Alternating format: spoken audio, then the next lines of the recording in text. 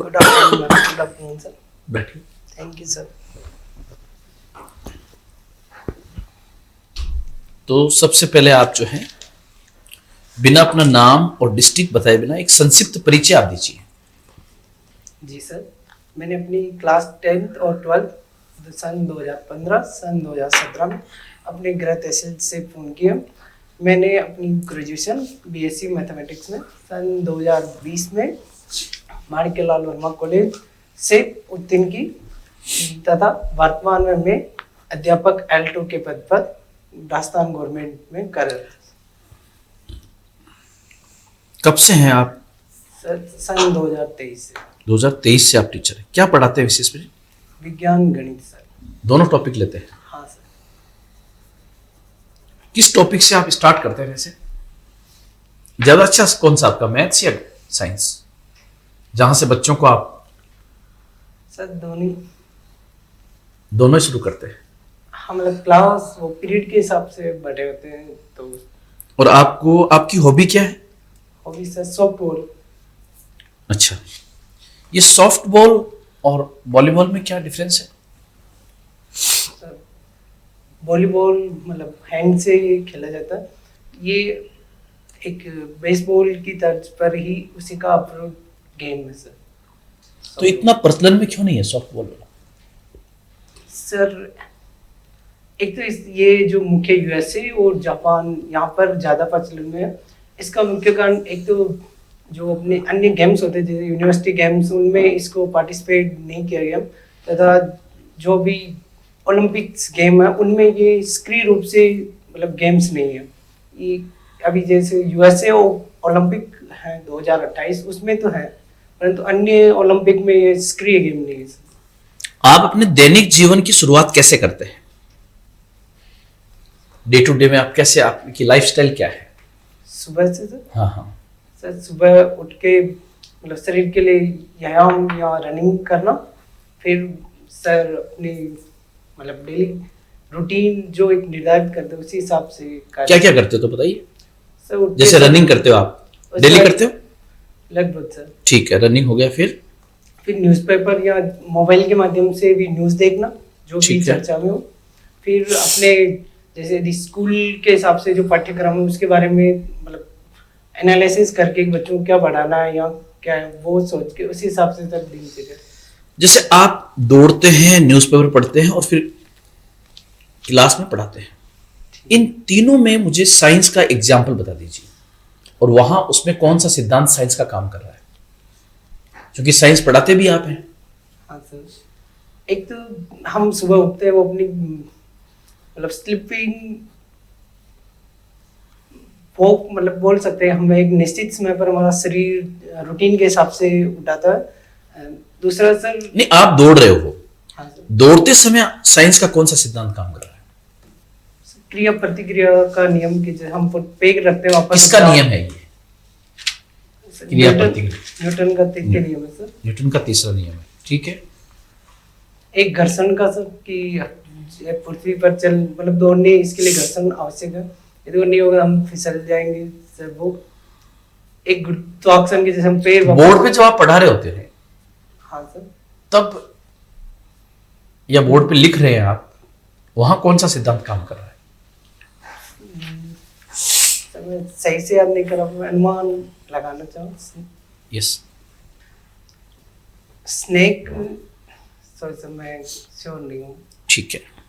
अभी लेटेस्ट भारत का बजट आया था, हाँ सर। है ना? इस प्रकार का पहला बजट, आधुनिक भारत का पहला बजट कब से माना जाता है? आधुनिक भारत का फर्स्ट बजट है सर, उसके बारे में। हाँ, फर्स्ट बजट कौन सा है? ब्रिटिश काल में पहला बजट कब आया और किसने रखा था? सर ये 1860 में जेम्स ऑट्रम नाम से, सर मैं नाम के लिए सुन रही हूँ। James Wilson? हाँ sir, James Wilson, thank you sir, उनके द्वारा रखा गया था। ठीक है। आधुनिक भारत जिसमें ब्रिटिश काल भी आपका आता है, उसमें अंग्रेजों ने कौन कौन से ऐसे आधुनिक कदम उठाए जिससे भारत का आधुनिकीकरण हुआ? पहले सर शिक्षा व्यवस्था को लागू करना जो मैकेनिक के आधार पर था, उसी के बाद में विन आयोग जैसे वुड्सपेज आयोग के माध्यम से शिक्षा में ये कहते हैं कि पश्चिमी शिक्षा ने तो हमारे संस्कारों को खत्म कर दिया। सब क्या पश्चिमी शिक्षा को आप आधुनिक कदम मानते हैं?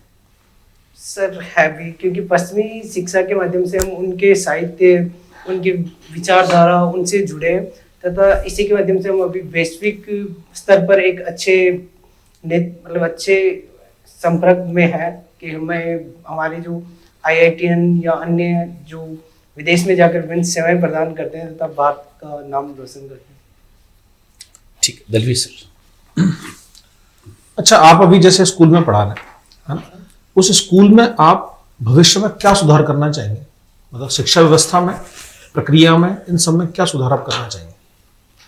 पहला तो इंफ्रास्ट्रक्चर को लेके, जो जिस बिल्डिंग्स ये तो है ही, इसके अलावा जो डिजिटल इंफ्रास्ट्रक्चर वो सबसे ज्यादा। अभी कितने रूम्स हैं आपके उसमें स्कूल में? रूम्स सर 8 रूम्स हैं। 8 रूम्स हैं। और क्लासरूम कितने हैं? मतलब उसमें क्लासेस कितनी चलती हैं? सर 5 क्लासरूम्स में अरेंजमेंट है। मतलब आप 8वीं तक का स्कूल है ना आपका? हाँ सर। 8वीं तक का स्कूल है, उसमें 8 ही रूम है। हाँ सर। और उसमें प्रिंसिपल का रूम भी चाहिए, स्टाफ रूम भी चाहिए, लाइब्रेरी भी चाहिए, गेम्स के इनके जगह भी चाहिए, तो फिर तो कैसे अरेंज होते हैं सर ये? इनको सर स्टोर रूम्स जो होते हैं गेम्स के लिए, गेम्स और जो पोसार वाले होते हैं उनको एक ही में अरेंजमेंट किया गया है कि थोड़ा रूम बड़ा है। एक ऑफिस रूम, एक लाइब्रेरी है, उसी के अंदर ही स्टाफ रूम का मैनेजमेंट है। बाकी 5 रूम में क्लासेस। लेकिन स्कूल तो 8वीं तक है, तो यानी एक क्लास रूम में 2-2 क्लासेस भी चल रही हैं।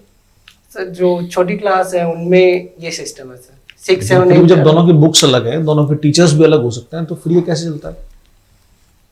डिवाइड के हिसाब से, मतलब क्लास 1 और क्लास 2 को एक साथ बिठाया जाता है, और क्लास 3, 4 उनको एक साथ, और 5 को एक साथ बिठाया जाता है। फिर इनकी जो वर्कबुक है वो सेम होती है, तो उस आधार पे वर्कबुक पहले करवाई जाती है जो उनकी सेम है, बाद में अलग अलग हिसाब से बाहर जो मतलब रामदेव के अंदर व्यवस्था की जाती है। अब सवाल ये कि आप डिजिटली सुधार करना चाहते हो, यहाँ तो रूम से नहीं है उनके पास, तो पहले बेसिक तो हो। अच्छा, इसकी सबसे ज्यादा जरूरत है, मतलब क्योंकि ज्यादातर जो स्कूल भवन वो जर्जर अवस्था में या मतलब खराब हालत में है, तो उनमें सुधार की, और इसके साथ डिजिटल की भी आवश्यकता है, क्योंकि बच्चों को तकनीकी माध्यम इनसे जोड़ा जा सकता है। उनकी शिक्षा में कि कहीं पे टीचर्स कमी है या कोई क्लास नहीं है तो उनको जोड़ा जा सकता है। एक उनको प्रयोगों के माध्यम से सीखने की, कि विभिन्न प्रयोग दिखा के या कोई वीडियो जैसे शरीर, मानव शरीर के बारे में, उनके बारे में अच्छे से समझाया जा सकता है। आप कैसे सिखाते हैं बच्चों को विज्ञान और गणित प्रयोगों के माध्यम से? प्रयोग कौन कौन से प्रयोग ऐसे हैं जो आप वहाँ क्लासरूम में या फिर क्लास के बाहर अपने मैदान में वहाँ करते हैं? एक तो सबसे पहले परिमाप वाला है कि हम बता, जैसे खेत के बाहर करनी है या अपने स्कूल के चारों बाउंड्री करवानी है, तो कितना क्षेत्रफल लगेगा या किस हिसाब से लगेगा। एक क्षेत्रफल का बता सकते हैं, जो ग्राउंड, जो हम खेल के मैदान बनाते हैं उनके माध्यम से, कि किस तरह हमारी जो माप काम में आती है। ये लंबाई के बारे में, एक आयतन के बारे में, कि जो द्रव्य जैसे जल को लेकर के कैसे कर सकते हैं। एक इनको भौतिक और रासायनिक परिवर्तन के बारे में, उनकी जो दैनिक जीवन है उससे। एक अम्ल सार के बारे में, जैसे नमक, मतलब नींबू का रस जो लाल लिटमस पत्र को नीला कर देगा, इनके बारे में। एक सर प्रायिकता होते है, उसको ये जो ताश या उनके माध्यम से सिखाने का प्रयास किया। ठीक है, बहुत अच्छी बात है। तो अभी कोई ऐसी शिक्षा नीति है, जैसे NEP अभी चल रहा है, तो शिक्षा नीति में कुछ कमियां आपको दिखती हैं कि इसमें और सुधार की आवश्यकता है अभी? एक तो फास्ट की इसमें GDP का 6% की जो बात की गई है वो हम फास्ट शिक्षा नीति से कर रहे हैं, पर इसके लिए कोई मतलब नीतिगत ढांचा नहीं है कि हम किस प्रकार करेंगे कि हम 6% तक पहुंच सके, कि हम कब तक पहुंचेंगे। सर फास्ट तो ये है 1947 से अभी तक 2% पे पहुंचे हैं। हाँ सर, मतलब लगभग 80 साल में हम पहुंचे हैं 2% पे, तो 6% पहुंचने में कितने साल लगेंगे हमें? 250 साल। ये इस हिसाब यही तो है ना। हाँ सर, तो फिर कैसे करेंगे? शिक्षा हमारी प्रायोरिटी कभी है ही नहीं। उसके लिए बजट में, आधुनिकीकरण में, इसमें मतलब ध्यान दिया जा सकता है, या जो भी जैसे जो फंड अलॉट होते हैं, DMFT फंड है, विधायक निधि है या सांसद निधि है, उसमें भी प्रावधान किया जाए, कम से कम इतने % शिक्षा पे खर्च किया जाए। जो अपने जैसे अभी किया भी गया था कि सांसद निधि और विधायक निधि से जो स्कूल्स की मरम्मत करवाई गई थी, इसको बढ़ाया जा सकता है कि इंफ्रास्ट्रक्चर के लिए। सर नो बैक डे वाले दिन कौन कौन सी एक्टिविटीज करवाते हैं आप? नो बैक, एक तो सर आपस में सांस्कृतिक, अलग अलग डे के हिसाब से सांस्कृतिक आयोजन कराए जा सकते हैं। आप कौन से करवाते हो? एक तो खेलकूद वाली प्रतियोगिता कौन होती कौन से खेलकूद है? है। एक तो बैडमिंटन है, एक सॉफ्टबॉल है। आपके है यहाँ इंटरेस्ट हाँ का? सर, ये मतलब अभी हर साल इसके लिए बजट फाइट किया जाता है सरकार द्वारा। ठीक है, और एक कबड्डी जो एक लोकल गेम्स के रूप में बच्चों को खिलाया जाता है। ठीक है। हॉबी क्या है आपकी? Softball sir. सॉफ्टबॉल ही खेलते हो? हाँ सर। हॉबी भी यही है आपकी? हाँ सर। सॉफ्टबॉल सॉफ्ट होती है, इसको ऐसे नाम दे दिए? सर ये शुरू में सॉफ्ट होती थी, अभी सॉफ्ट नहीं होती है, हार्ड बॉल। तो ऐसा क्यों बोला इसको सॉफ्टबॉल? सर जब ये फर्स्ट टाइम जब इसका आविष्कार हुआ था तो ये एक बेसबॉल के इंडोर के रूप में प्रचलन में आया था, तो इसे नॉर्मल जो सॉफ्ट कपड़े से बने हुए वस्तु उसके रूप में खेला जाता था, पर वर्तमान में लेदर या जो अन्य हार्ड बॉल के रूप में ही होता है सर। लेदर बॉल है, फिर कैसे खेलते हैं इसको? ये सर अंडर आर्म इसकी पिचिंग होती है, जिसको पिचर बोलते हैं, जो मतलब कि बॉल को पिच करता है। एक कैचर होता है जो उसको कैच करने के लिए होम प्लेट के जस्ट पीछे होता है। एक बैटर होता है, उसको उस गेंद पे शॉट मारना होता है। उसी के आधार पर फिर वो रन करता है, और यदि वो एक चारों बेस से कंप्लीट करके वापस आ जाता है तो उसका एक रन हो जाता है सर। इस बेसबॉल से किस तरह से अलग है? बेसबॉल एक तो सर पिचिंग के मामले में कि इसमें अंडर आर्म पिचिंग होती है, उसमें भी अंडर आर्म नहीं होती बेसबॉल में?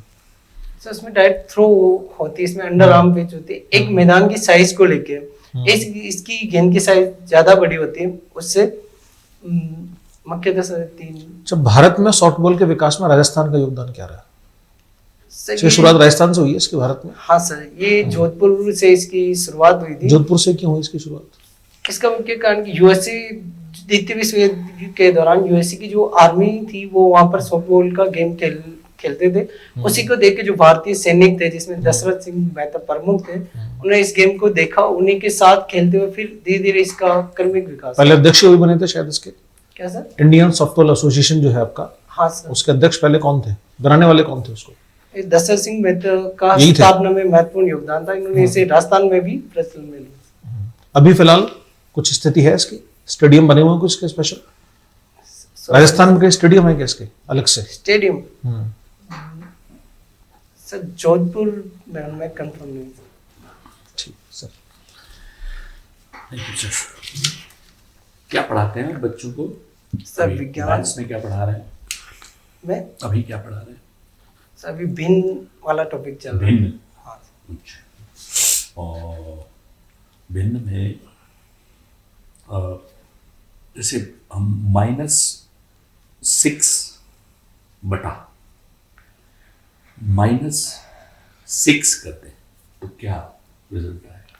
1 सर। माइनस और माइनस, और अगर नीचे में प्लस कर दूं तो माइनस आएगा सर, -1।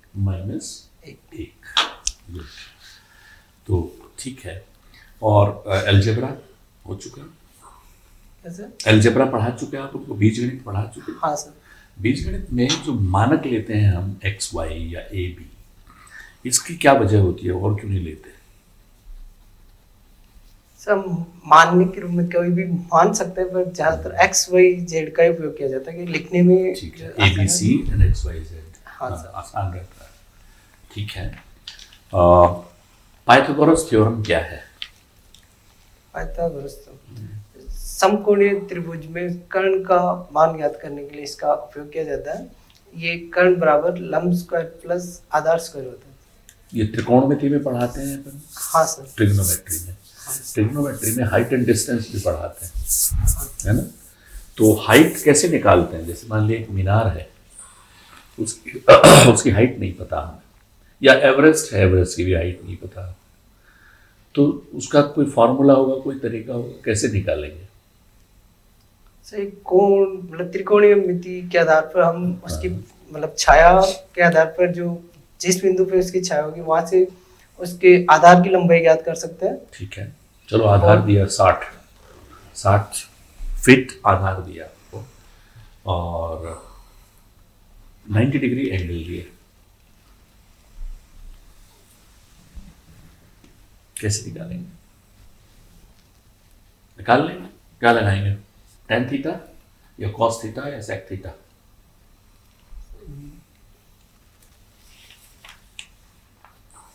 एक मिनट में सोचना चाहूंगा। हाँ, tan थीटा इक्वल टू क्या होता है? tan थीटा करते ही आपको आ जाएगा क्या आता है?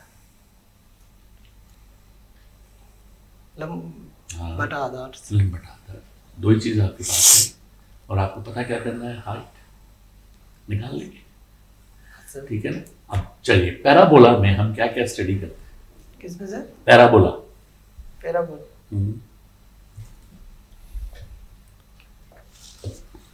वर्टेक्स, फोकस, डायरेक्ट्रिक्स पढ़े हैं, सब पढ़े थे हिंदी पर- मीडियम में पढ़े हैं हाँ सर। बच्चों। नहीं, हाँ, क्या है पैराबोला, क्या कहाँ लगाया जाता है? तो वाई स्क्वायर की वैल्यू निकालना है। सॉरी सर मैं अभी याद रिकॉल नहीं कर पा रहा हूँ। कोई बात पढ़े नहीं। टाइम हो गया। अच्छा, प्रोबेबिलिटी क्या है? दो बच्चे जो हैं फर्स्ट सेक्शन उसके मतलब फर्स्ट क्लास के हैं, 3 बच्चे जो हैं वो थर्ड के हैं और 5 बच्चे जो हैं वो 8th क्लास के हैं। इन सबको इकट्ठा बिठा दिया, आपको वापस से इनकी प्रोबेबिलिटी निकालनी है कि इनको मैं कैसे कैसे बराबर बांटूं। बराबर डिस्ट्रीब्यूशन होना चाहिए, रिप्रेजेंटेशन, हर प्रोबेबिलिटी है। प्रोबेबिलिटी आप अपने हिसाब से ले लीजिए सर, 2 ले लीजिए। चलिए, प्रोबेबिलिटी का मतलब क्या होता है? राइट, अनुमान की। हाँ, अनुमान बच्चे हैं। ऐसे होगा। 10 टोटल बच्चे हैं। हाँ। उनमें से 2 उनमें से कितने सेट्स बना सकते हो आप सेट थ्योरी में? चलिए,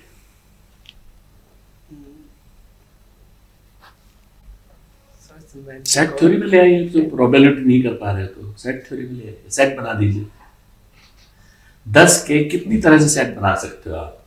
8 और 2 10 बना सकते हो, 9 और 1 9 और 1 बना सकते हो, 5 5 बना सकते हो। तो किस तरह कैसे कब बनाओगे, कितने सेट बनेंगे? चलिए कोई बात नहीं, ये भी छोड़ देते हैं। आपका आर्किमिडीज का सिद्धांत बता दीजिए, और एक पत्थर का वॉल्यूम निकालना है, उसमें आर्किमिडीज का सिद्धांत कैसे इस्तेमाल करेंगे? जब जल में जितनी कोई वस्तु जितना भार होगा वो उतना ही जल हटाएगी। जब हम किसी भार और वस्तु आयतन नहीं, आयतन, थैंक यू। जब किसी वस्तु को जल में डुबोएंगे तो उसके साथ जितना जल बाहर है क्या, परिभाषा क्या है आर्किमिडीज के सिद्धांत, मतलब परिभाषा पूरा बता दीजिए। जब किसी ठोस को किसी द्रव में आधा या पूरा डुबोया जाता है तो उसके भार में कमी आ जाती है। ये कमी उस ठोस के द्वारा हटाए गए द्रव के भार के बराबर होती है, ये सिद्धांत है। हाँ, सर। अब आगे बताइए।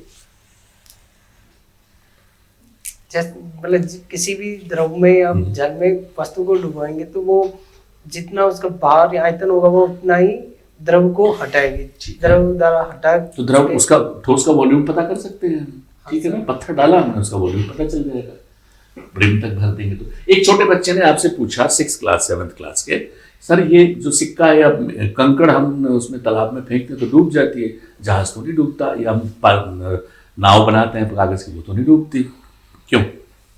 इतना बड़ा जहाज नहीं डूबता, टनों का। से जहाज द्वारा हटाया गया जो जल होता है उसके भार से अधिक होता है। ये घनत्व के ऊपर निर्भर करती है। जो बच्चे को आर्किमिडीज कैसे बताओगे आप? बच्चे को बताइए, बच्चे की जिज्ञासा है, मेरी नहीं है। मुझे तो पता है, आप मुझे बताइए कि बेटे इस तरह से बताया करिए, सिक्का इसलिए डूब जाता है।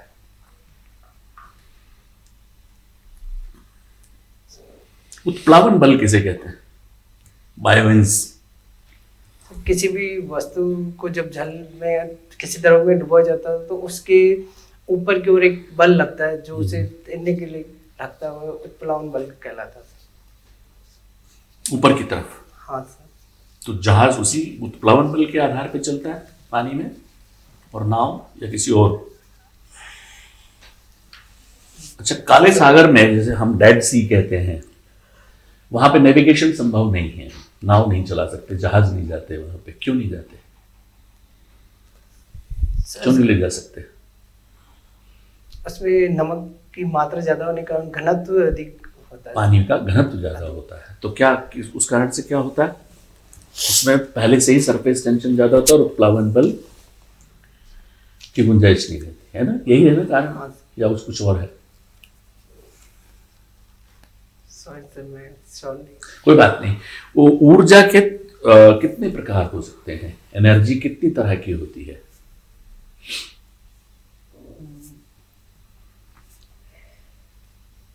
चलिए, साउंड क्या है? एनर्जी है, हाँ सर। लाइट है, एनर्जी है, हीट है, एनर्जी है, लेकिन ये तो उसके प्रारूप हैं। मुख्य एनर्जी कितनी है? 2 है। कौन सी? एक स्थितिक एनर्जी, एक स्थितिक ऊर्जा और गतिज ऊर्जा। तो उदाहरण दीजिए, ये जो कप है यहाँ पे रखा हुआ है इतनी ऊंचाई पे, ये स्थित है, तो कौन सी एनर्जी है इसमें? स्थितिक ऊर्जा। स्थितिक। नीचे गिरा तो गति जाएगी। अच्छा, नीचे इसके कोई दूसरी चीज रखी हुई है, उसको इसने तोड़ दिया, तो बांध में पानी रुका हुआ है, वो उसमें किस तरह की एनर्जी है? उस पानी में एक बांध है बंदा, उसमें पानी भरा हुआ है, उसमें किस तरह की एनर्जी है? पानी में रुका हुआ है ना, स्थितिज होगी। सर साइंस के स्टूडेंट है, हाँ है ना, रुका हुआ है तो स्थितिज होगी। नीचे गिराएंगे तो गतिज हो जाएगी। नीचे प्रोपेलर रखा हुआ है, वो घूमेगा तो किस तरह की हो जाएगी? गतिज ऊर्जा से। गतिज ऊर्जा से क्या? जल विद्युत बना। जल विद्युत तो बाद में बनेगी, पहले क्या? मैकेनिकल बनेगी ना। हाँ सर। फिर जल ऊर्जा बनेगी, विद्युत ऊर्जा, ठीक है ना। अच्छा, ये जो ध्वनि है मेरे से आप तक जा रही है, ध्वनि के गति के सिद्धांत बताइए, कितनी तरह से गति करती है? आप तक जा रही है तो कौन सी तरह की गति हो रही है बताइए। अच्छा, अनुदैर्ध्य तरंग किस तरह की होती है? मतलब सीधे गति करती है। मेरे और आपके बीच में किस तरह का हो रहा है संबंध? तो किस तरह की गति हो रही है? अनुदैर्ध्य गति। और दूसरी कौन सी तरह की होती है? अनुप्रस्थ। अनुप्रस्थ। अनुप्रस्थ कैसी होती है? 90 डिग्री, मतलब इसके लंबवत होती है संबंधी। अच्छा, बच्चा आपसे पूछे कि प्रकाश ऊर्जा जो है वो कैसे ट्रैवल करती है? आपको सीधी रेखा में चलती है, उसे कारण बताओ। वो पूछता है क्यों ये इधर क्यों नहीं मुड़ जाती है?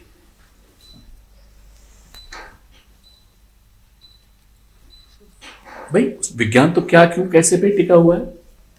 What happens when? ये बल्कि किसी इसके लिए माध्यम की आवश्यकता नहीं होती है, किसी भी माध्यम, बिना माध्यम के भी गति कर सकती है। और ये कौन? प्रकाश। प्रकाश, ठीक है। मतलब वैक्यूम में से आ सकता है? हाँ सर। अच्छा, ध्वनि नहीं आ सकती ना? ध्वनि के लिए माध्यम की आवश्यकता। ठीक है। हाँ, नहीं मैं तो ये कह रहा हूँ कि ऐसे मुड़ क्यों नहीं जाती है?